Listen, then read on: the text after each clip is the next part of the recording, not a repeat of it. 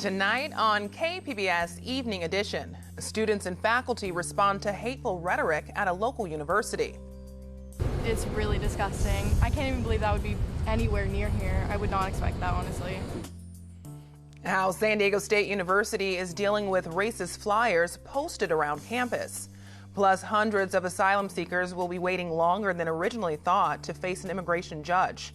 We explain why.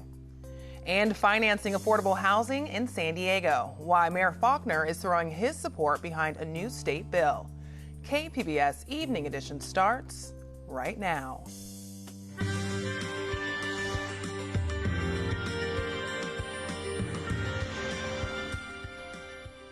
Good evening. It's Friday, August 23rd. Thanks for joining us. I'm Ebony Monet. San Diego State is responding to flyers and stickers put up around campus promoting white nationalism. KPBS reporter Matt Hoffman is live at SDSU with the very latest. Matt. Ebony, we were able to locate some of those flyers and stickers today around campus that were posted. Some of them were posted at the SDSU Pride Center and the Women's Resource Center. And now these flyers directed people to a group that promotes white nationalism. Now, students we talked to say there is no room for hatred on this campus. It's really disgusting. I can't even believe that would be anywhere near here. I would not expect that, honestly. But it just kind of shows that, like, how sad it could be. Like, cause like we don't see that here, but like it's still here. It's still going on. KPBS found multiple stickers posted around campus. The messages themselves not necessarily promoting hatred, but pushing people to a website of a group the Southern Poverty Law Center calls a white nationalist hate group. I'm surprised. The school is pretty mellow. Typically, there's not a lot of incidents or problems that occur. The group's website says people of foreign birth may be living here and be actual U.S. citizens, but they may not be American. It also says a unified culture no longer exists due to replacement migration. We asked people if they thought the group's messages represented the way students feel at SDSU. No way. Absolutely not. There's a lot of foreign presence on this campus. It's very diverse. No, I wouldn't think so. Everyone I've met, everyone I've known here, I wouldn't expect that from anyone I've ever known here, and it honestly makes me really, really upset that anyone here would think that way. In a statement, SDSU says they reject the hatred and intolerance these flyers and stickers attempted to promote.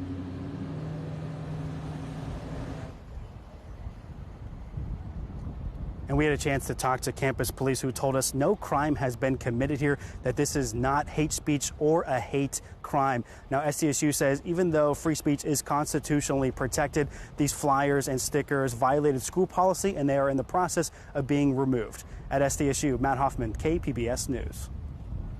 Thanks for that report, Matt.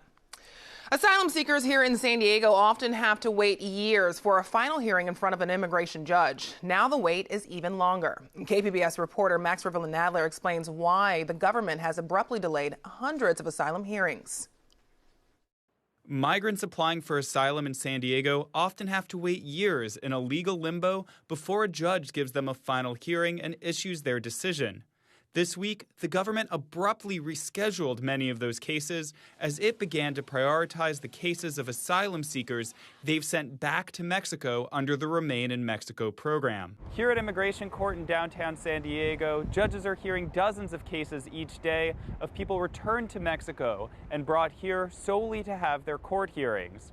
For those individuals waiting for their asylum claims who aren't being detained, it's possible now that their case will be moved months and possibly years ahead from now. Andrew Nieter is an immigration lawyer who had his clients' cases rescheduled. Many people will receive notices that within the next 2 or 3 weeks, what they thought was going to be an immigration court appearance was continued as much as a year into the future. I had 2 cases that were scheduled for September, and I received notices that those were continued to June of 2020. When cases get delayed, asylum seekers can see their carefully constructed cases begin to fall apart, says Nietor. For the most part, they need to explain through their testimony why they are entitled to asylum, why their claim is valid.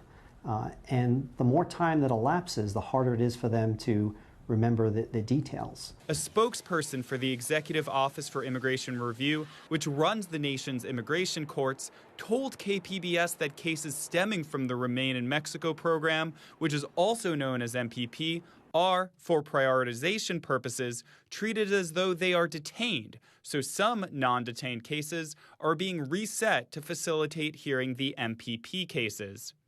Nieter says another reason the cases are being prioritized, because they have a far lower rate of success than asylum seekers currently in the U.S. Think of this. There are hundreds, if not thousands, of individuals who have now been through the Remain in Mexico MPP, and there has been one person granted asylum. And that was so noteworthy that it made the news, that one person out of thousands of individuals was granted asylum. With court calendars being filled by asylum seekers being sent back to Mexico, Nieter is not confident that other cases won't just end up being delayed indefinitely, leaving his clients without clarity on their legal status. Max Rivlin-Nadler, KPBS News. California lawmakers continue to grapple with how to create more affordable housing. Mayor Kevin Faulconer and other local leaders have joined State Senator Jim Bell from San Jose in support of Senate Bill 5. That legislation would give state funding to local governments to build affordable housing. This bill will serve as a very powerful financing tool that will immediately address the shortage of affordable units by providing a sustainable, with emphasis on the sustainable, and an ongoing source of funding to support the construction of new affordable housing. This bill will help put shovels in the ground to create much needed affordable housing for hardworking Californians across the state. Mayor Faulconer also used today's event to host a tour of the city's bridge shelter for homeless residents. The city of San Diego has also announced the expansion of a program that waives or reduces parking ticket fines for people who are homeless. The city originally launched the Clean Plates program back in 2015. Since then, 63 homeless residents have received assistance with more than 500 citations. The goal is to help people get back on their feet. A federal judge in San Diego has granted an emergency request to force feed a Russian detainee in ICE custody. 41-year-old Evgeny Ivanov has been on a hunger strike for 2 weeks at the Otay Mesa detention facility. Along with not eating, he's refusing medical attention. Court documents don't say why he's on this hunger strike, but doctors say Ivanov's health is at risk, and the judge agrees. A teen girl from New Zealand may have exposed an unknown number of people at Disneyland in California Adventure to measles. That's according to the Orange County health officials. She's visited the theme park on August 12th and stayed at the Desert Palms Hotel from August 11th to the 15th. Health officials are urging anyone who visited the park or hotel during those dates to monitor themselves for unexplained fever or rash. What do you get when you team up man and Mother Nature? How about a massive artificial reef off our coast aimed at preserving the environment and marine life? Here's KPBS SciTech reporter Shalina Chatlani. I'm standing right here, right off the San Clemente Pier, and right behind me there's a huge barge dropping a bunch of rocks into the ocean. And it might seem like it's a little bit strange, but there's actually a scientific reason why this is happening. And I'm here right now with Jenny McGee. She's the project manager for this project. It's the Wheeler North Expansion Project from Southern California Edison. What's going on right here? Well, we're building an artificial reef. Essentially, we're building a 200-acre expansion to the existing Wheeler North artificial reef that's already here. So when we're all done, we're going to have 374 acres of artificial reef off the coast of San Clemente. For some background, Southern California Edison started building the Wheeler North Reef in the late 90s after the California Coastal Commission determined that the San Onofre nuclear generating station was harming marine life. See, in order to cool down the power generators at the plant, which get really hot, the plant has to suck in ocean water. But when it puts it back, the water's still warm.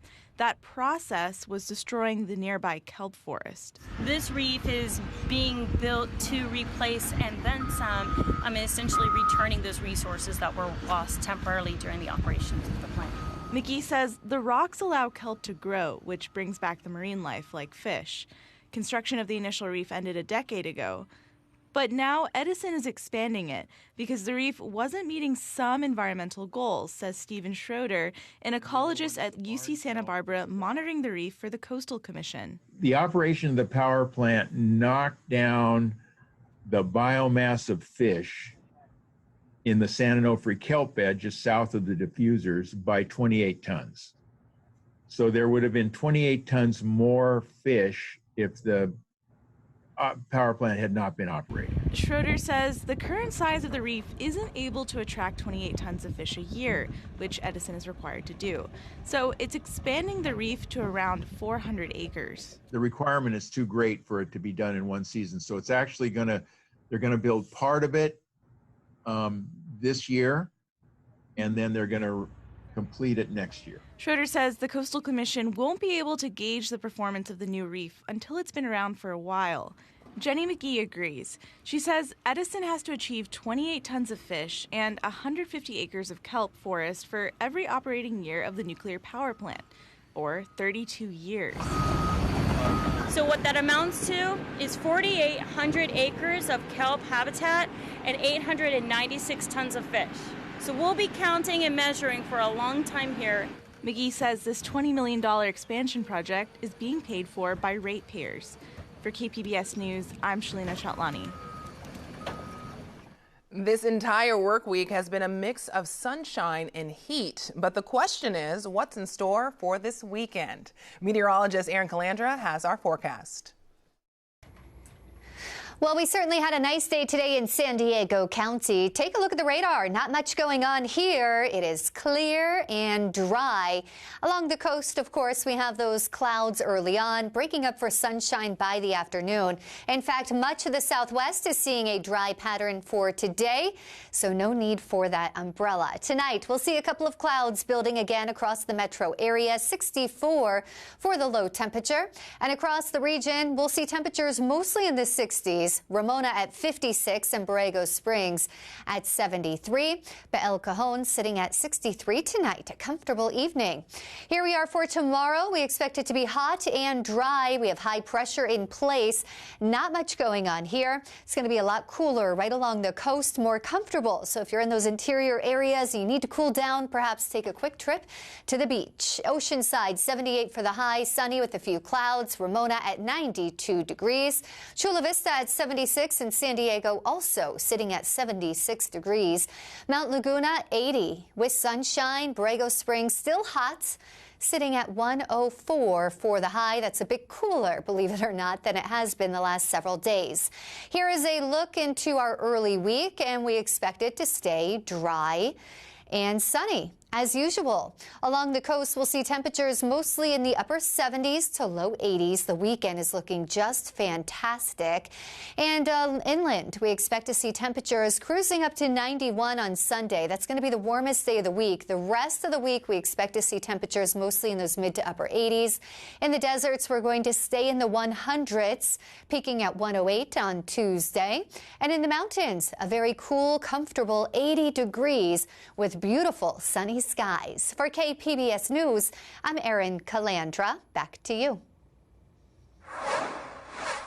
Well, with this warm weather, countless kids across San Diego County are enjoying their last week of summer vacation. And for some, that means a trip to the beach before school starts. And for a couple of hours in the sand and surf, it was especially special for one particular group of kids.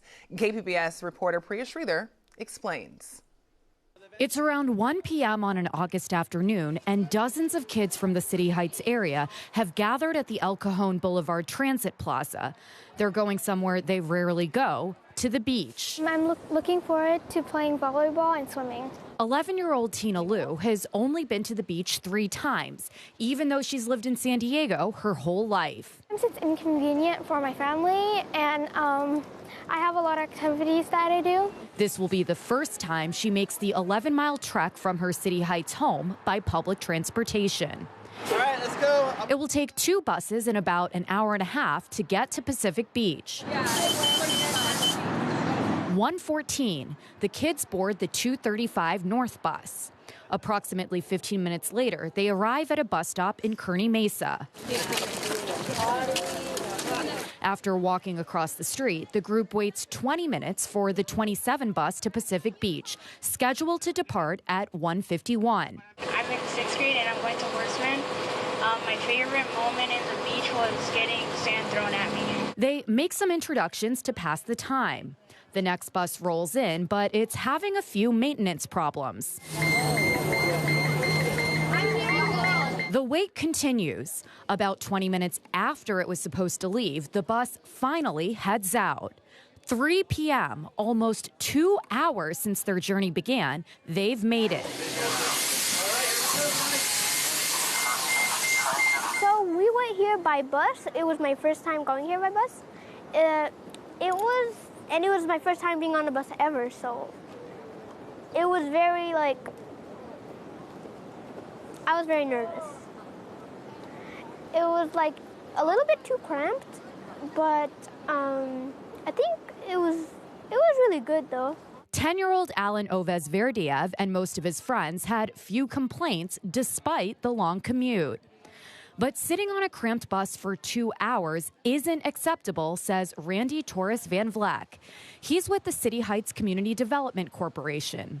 They organized the trip to highlight what they say are inequities in ocean accessibility for minorities and low-income people in San Diego. There's a lot of folks in our neighborhood in City Heights who want to be able to go to the beach, but because of different access issues, affordability, it's not really feasible. According to Sandag's regional plan, minorities and low-income people in San Diego are more likely to live farther than 15 minutes away from the beach by both car and public transportation. MTS spokesperson Rob Shoup says that there are a lot of considerations that go into planning bus routes and their frequencies. You know, San Diego's a spread out community. We have over 100 buses, 100 bus routes. We've got 800 vehicles out there, including over 100 trolleys. It's well designed, but San Diego's a challenging area to get people where they want to go. People live here and are working way over here, and vice versa. Back at the beach, the kids are enjoying their time in the sun and the water. They plan to stay for about an hour before they grab some tacos and board the bus again to make the trip home. Jonathan Burgos is one of the chaperones for the kids. He says all kids should have a chance to take advantage of the beach. To be here, to watch a sunset, to even have a s'mores on the beach, those are things that sometimes I took for granted, growing up. But a lot of times when the students have that, it's such a game changer, to know that they hadn't had that in their lives, and I just want that. And we should want that. And I think everyone should have that opportunity. 11-year-old Randy Thorne says the beach is his happy place. When I'm at the beach, I can explore, learn more new things. Priya Sridhar, KPBS News. What cute kids and what a wonderful story. Great job, Priya. Fallbrook is the focus for the latest in our KPBS series, Where I Come From. So far, we visited El Cajon and the South Bay. Tonight, we go north to examine the culture of Fallbrook. Some have said it's on the way to nowhere.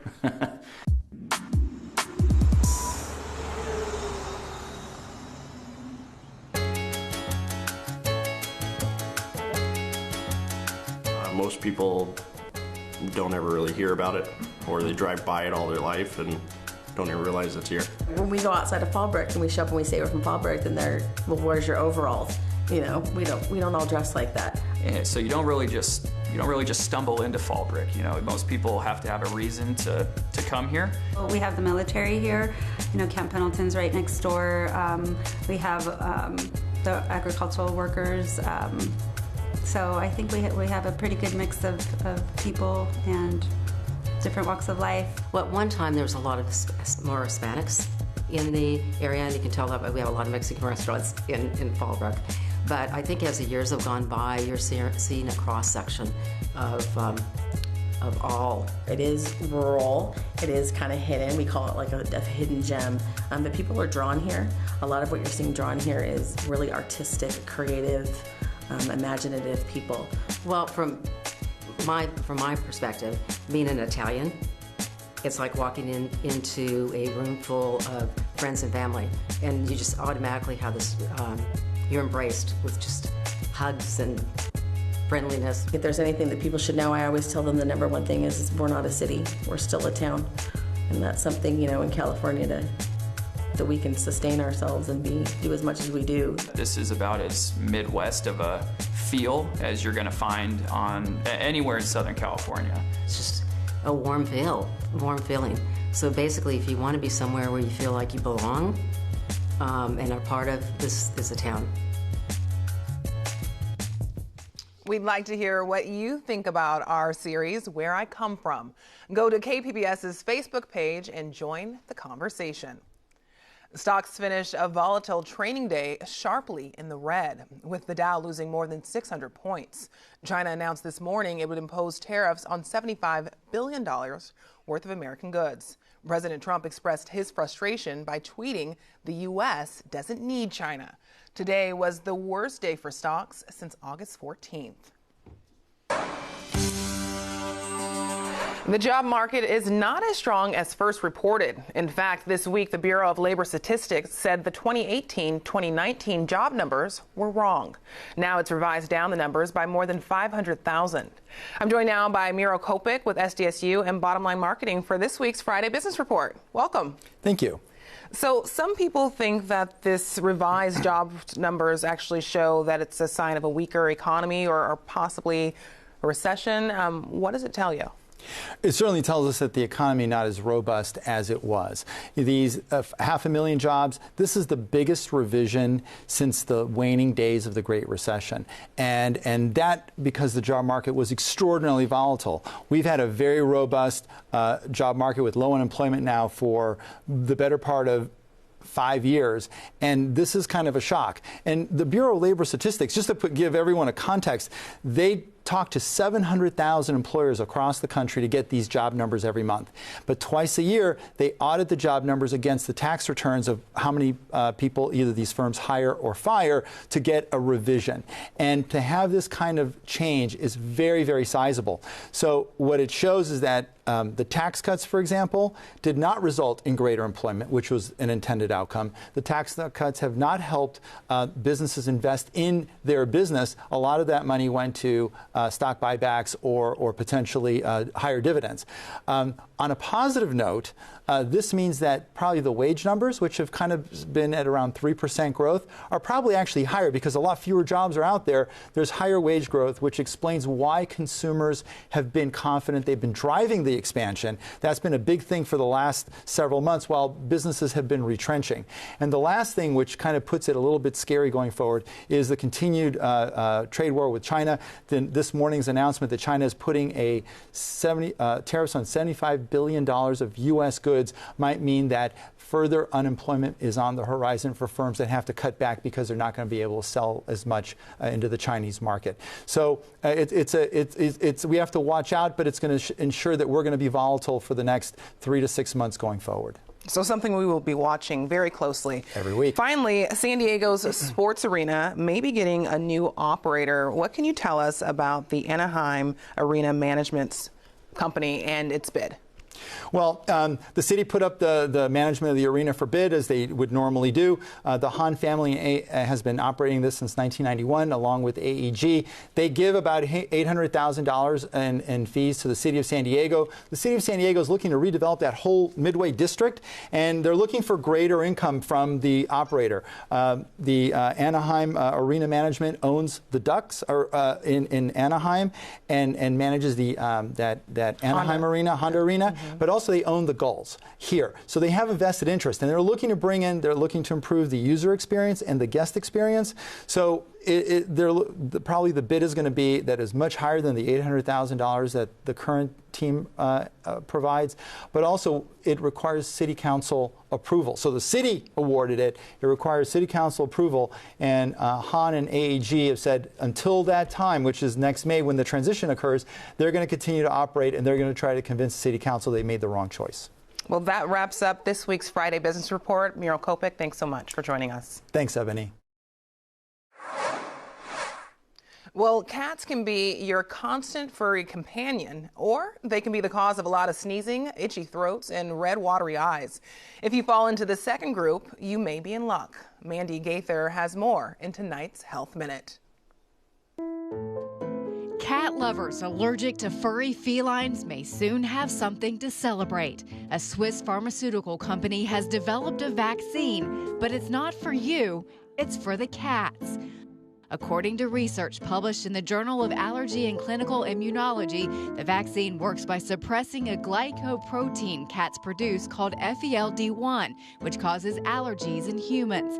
The company Hypopet said initial trials have shown that the vaccine is well tolerated by cats, and they were able to build up strong, lasting antibodies. 10% of people are allergic to cats, about twice as many as are allergic to dogs. While there are allergy shots for humans out there, they mainly help control the symptoms. The other option, of course, is avoidance. Hypopet says they are hoping that when this vaccine finally becomes available, families will no longer have to part with their pets because of allergies. According to the Shelter Animals Count national database, almost 1.5 million cats entered U.S. shelters in 2018. However, the actual number is thought to be higher since only 54% of counties participate in the database. For today's Health Minute, I'm Mandy Gaither. We end tonight with a performance from the KPBS Midday Edition Summer Music Series by the Euphoria Brass Band. Thanks for watching. Have a great night.